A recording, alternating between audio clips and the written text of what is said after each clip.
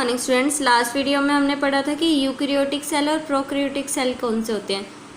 तो जिन सेल्स में हमें न्यूक्लियर मेम्ब्रेन दिखाई देती है वो क्या होते हैं, यूकैरियोटिक सेल होते हैं। एडवांस टाइप की सेल्स होती हैं जिनका इवोल्यूशन प्रोकैरियोटिक सेल से हुआ है, और जिनमें न्यूक्लियर मेम्ब्रेन होती है नहीं होती या फिर थोड़ी बहुत होती है, उन्हें प्रोकैरियोटिक सेल बोलते हैं। प्रोकैरियोटिक सेल किस में होती है, जैसे कि बैक्टीरिया होता है प्रोकैरियोटिक सेल है। यूकैरियोटिक सेल में क्या क्या आता है, fungi, algae, plant cell, animal cell, सारे के सारे क्या हैं, यूकैरियोटिक सेल हैं। इनमें न्यूक्लियर मेम्ब्रेन होती है। सारा न्यूक्लियर मटेरियल न्यूक्लियर मेम्ब्रेन के द्वारा ही कवर्ड होता है या फिर बाउंड होता है। आज हम पढ़ेंगे organism show variety in cell number, cell shape and cell size. Organism के सेल नंबर में वैरायटी होती है, विभिन्नता होती है। सेल की शेप में भी वैरायटी होती है, अलग अलग तरह की सेल की शेप भी मिलती हैं ऑर्गेनिजम्स में, और सेल का साइज़ भी डिफरेंट होता है अलग अलग ऑर्गेनिजम्स में। ठीक है, अब आपको पता है कोई भी लिविंग ऑर्गेनिज्म होता है मिलियंस ऑफ सेल का बना होता है, छोटे छोटे सेल होते हैं। The various organism however differ in the number of cell which make up their body. अलग अलग ऑर्गेनिजम्स के अंदर अलग अलग नंबर ऑफ सेल्स मिलती हैं हमें। They differ in shape of cells in their bodies. उनके सेल की शेप में भी डिफरेंस हो सकता है, उनके नंबर्स में भी डिफरेंस हो सकता है, या फिर उनके साइज में भी डिफरेंस हो सकता है। Different organisms have different number of cells in their body. अलग अलग ऑर्गेनिजम्स के सेल्स में डिफरेंट नंबर हो सकता है, उनकी संख्याएं अलग हो सकती हैं। किसी ऑर्गेनिज्म में कम सेल होंगे, किसी में ज़्यादा होंगे। ठीक है, this is called the variety in the number of cell. इसे बोलते हैं variety in the number of cell, cell की संख्या में वैरायटी होना। The cell in multi cellular organism have many different shape. जो सेल होते हैं मल्टी सेलुलर ऑर्गेनिज्म में, उनकी अलग अलग हमें शेप दिखाई देती है। This is called variety in the shape of cell. The cells in multi cellular organism can have many different sizes. Multi cellular organisms के सेल के साइज भी डिफरेंट हो सकता है, छोटा बड़ा हो सकता है। This is called variety in the size of cell. ठीक है, अब हम 1 बाय 1 तीनों पॉइंट्स को पढ़ेंगे।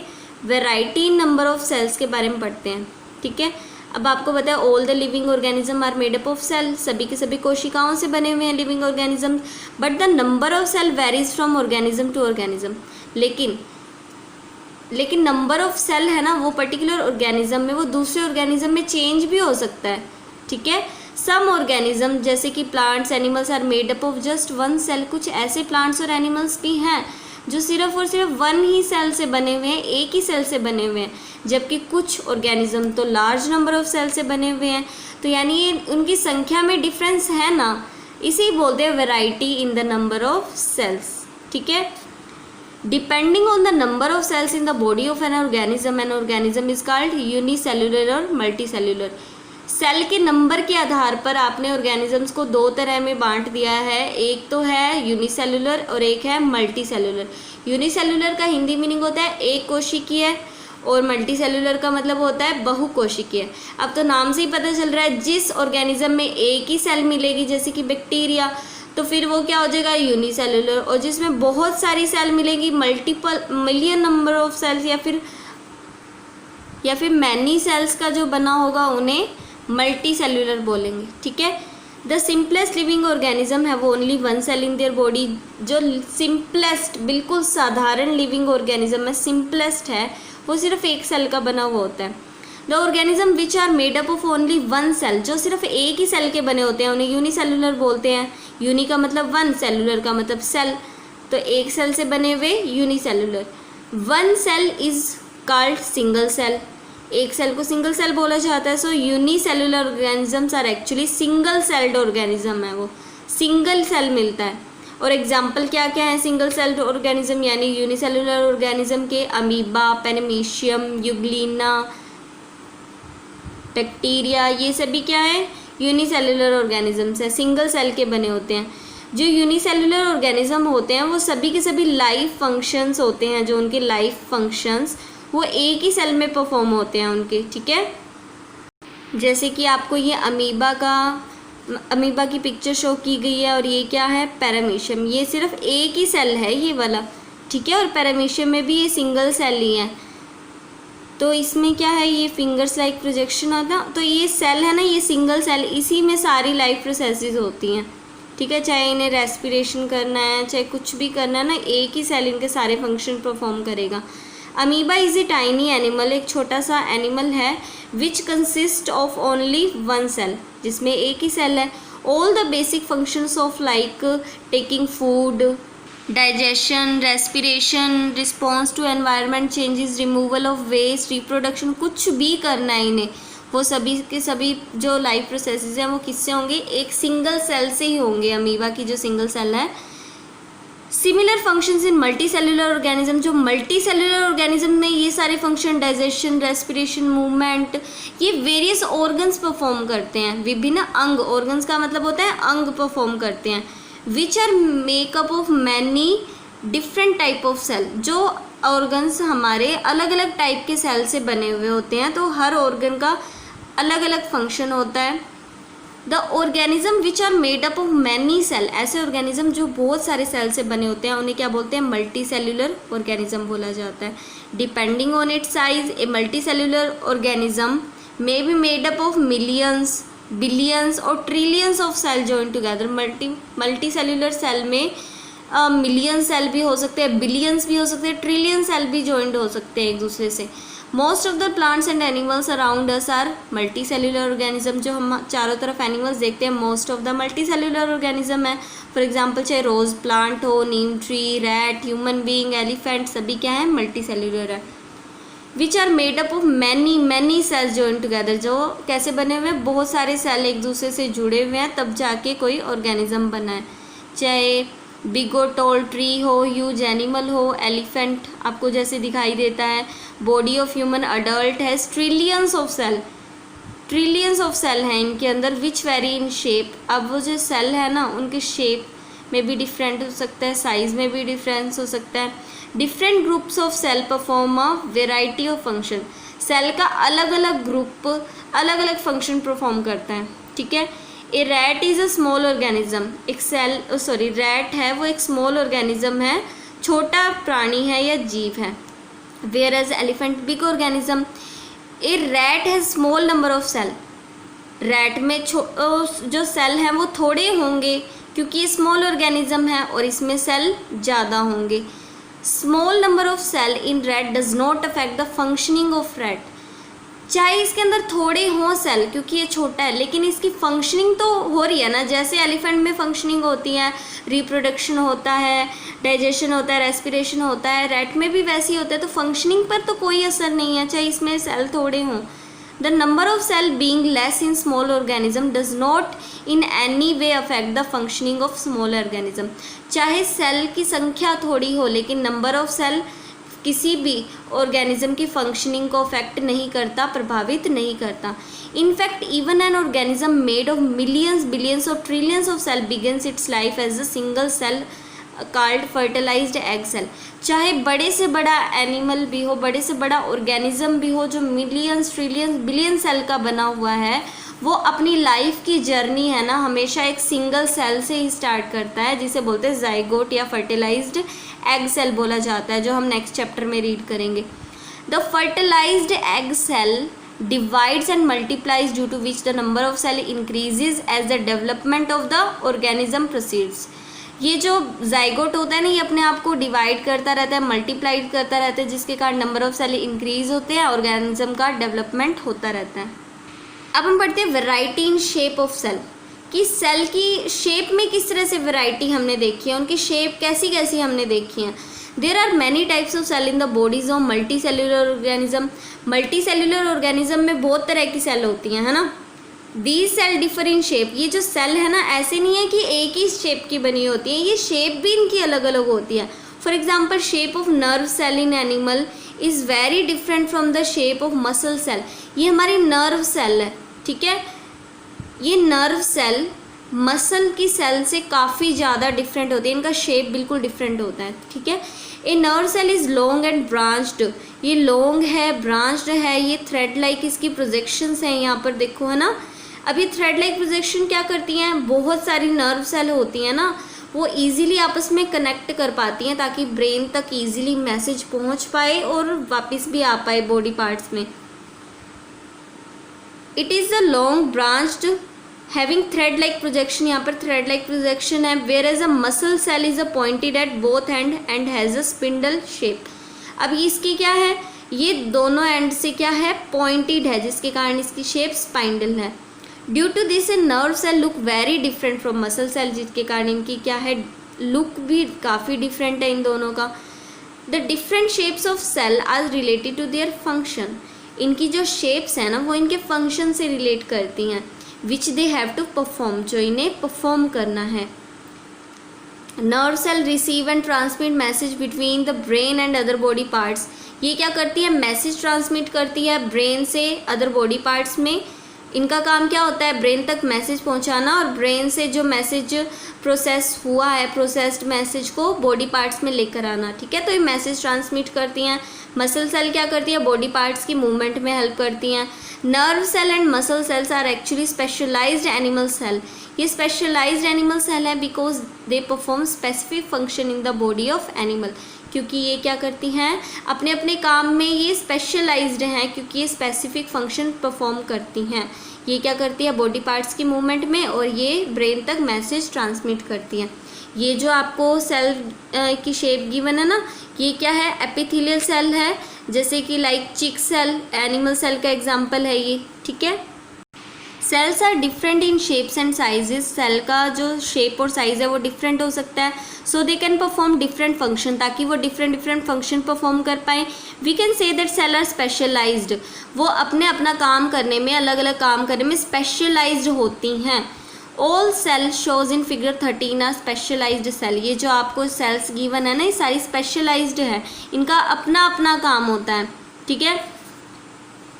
For example some cell protect the body, कुछ सेल ऐसी हैं जो हमारे बॉडी पार्ट्स को प्रोटेक्ट करती हैं, और कुछ ऐसी हैं जो हमारे बॉडी पार्ट्स को मूव करने में हेल्प करती हैं, कुछ ब्रेन तक मैसेज सेंड करती हैं, और इनका अलग अलग अपना अलग अलग डिफरेंट वर्क होता है। ह्यूमन बॉडी है वो 20 डिफरेंट टाइप ऑफ सेल की बनी हुई है, हर सेल का अपना अपना फंक्शन होता है। Some of example of animal cell या फिर ह्यूमन बॉडी के सेल की क्या है, नर्व सेल होती हैं, ठीक है, जिन्हें न्यूरॉन भी बोला जाता है। और क्या है, मसल सेल है, एपिथेलियल सेल है, red blood cell, white blood cell, bone, cartilage cell, ये सभी क्या है, कुछ एग्जाम्पल गिवन है आपको टाइप ऑफ सेल के। The shape of a cell helps in its functioning, जो सेल की शेप है ना वो इसकी फंक्शनिंग यानी काम करने में इनको हेल्प करती है। जैसे कि एक नर्व सेल है, बहुत ज़्यादा लॉन्ग होती है और वायर लाइक इनकी प्रोजेक्शंस होती है, थ्रेड लाइक हमने देखी थी ना अभी, थ्रेड लाइक प्रोजेक्शन है जो इसके बाहर आ रही हैं इससे। The large length of nerve cell make its carry message over a long distance in the body, जो इसकी लेंथ है ना वो इसे कैसे हेल्प करती है कि ये लॉन्ग डिस्टेंस से ईजीली बॉडी में मैसेज पहुंचा सकती हैं। And the wire like projections of a nerve cell help it to make many contact with other nerve cells so that message from the brain can be sent to all the parts of the body। जो इसकी thread like projection है, wire like projection इससे बाहर आ रही है, इसका काम क्या होता है, ज़्यादा से ज़्यादा नर्व सेल के साथ कांटेक्ट बनाए रखना ताकि मैसेज इजीली ब्रेन से other parts of the body तक ट्रांसमिट हो पाए, ठीक है।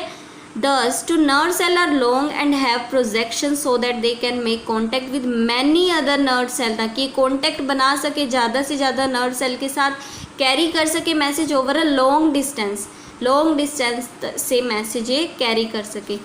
And we say that the nerve cell are specially adapted to transmit message, हमें कह सकते हैं कि नर्व सेल अपना काम करने में अडेप्टेड हैं, और वो काम क्या है, टू ट्रांसमिट मैसेज को ट्रांसमिट करने में ये अडेप्टेड हैं। इनकी कुछ शेप ही इस तरह से है कि इजीली मैसेज को ये ट्रांसमिट कर सकती है ओवर अ लॉन्ग डिस्टेंस।